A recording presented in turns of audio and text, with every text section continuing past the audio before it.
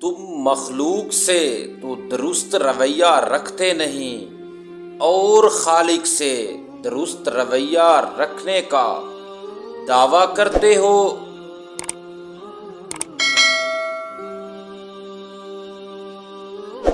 علم ہی ہدایت اور گمراہی کا سبب بنتا ہے۔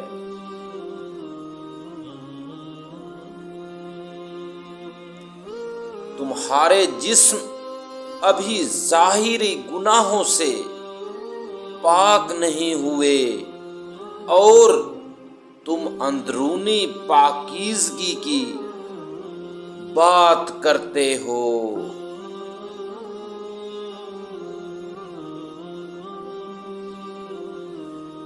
تو یہ نہ کہے کہ ہماری رسائی بادشاہ تک نہیں، کیونکہ کریموں پر بڑے کام دشوار نہیں ہوتے۔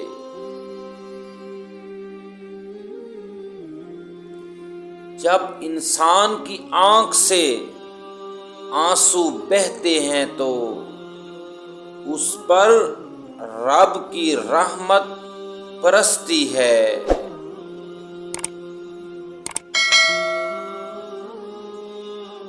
اس زندہ کا عشق اختیار کر جو سدا رہنے والا ہے، اس کا عشق اختیار کر کے تمام نبیوں نے عزت پائی۔